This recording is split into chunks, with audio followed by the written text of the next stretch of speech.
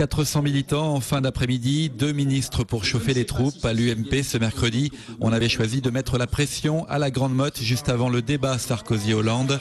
20h55, Xavier Bertrand, David Douillet et une brochette d'élus UMP prennent place devant un écran géant avec une centaine de partisans. Ils sont prêts au combat. Ce soir, je pense que la vérité va éclater aux yeux des Français entre un président avec de l'expérience, avec du courage. De l'autre côté, évidemment, malheureusement, on n'a que quelqu'un qui n'a jamais exercé le pouvoir réellement, qui n'a aucun bilan.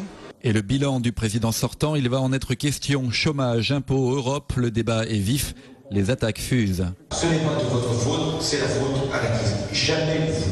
Pourquoi venir faire des grands discours sur ce que vous avez fait, alors pendant 5 ans, dans ce que j'ai fait, il y avait des choses dans lesquelles vous auriez pu vous reconnaître. Vous allez vous dire non à tout.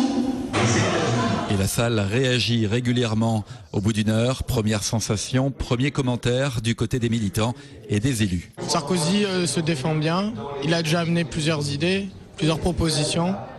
Et on voit qu'Hollande s'énerve un peu, mais après, ça s'équilibre. Il faut reconnaître que Hollande est plutôt bon, mais Sarkozy arrive apparemment de prendre un peu le dessus.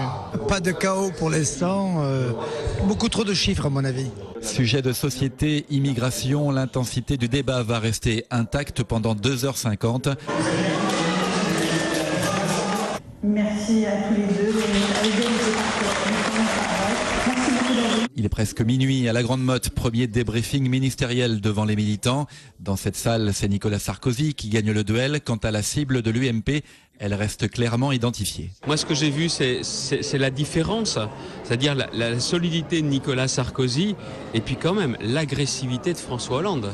Parce qu'il était sur la défensive, il a essayé d'empêcher Nicolas Sarkozy de développer ses arguments, il n'a pas réussi. Lorsque on parle de créer des fonctionnaires, on parle de créer des dépenses supplémentaires et qu'on n'apporte pas des réponses, bien on a vu l'agressivité de François Hollande qui n'avait que ça comme réponse, agresser le président de la République sur sa personnalité.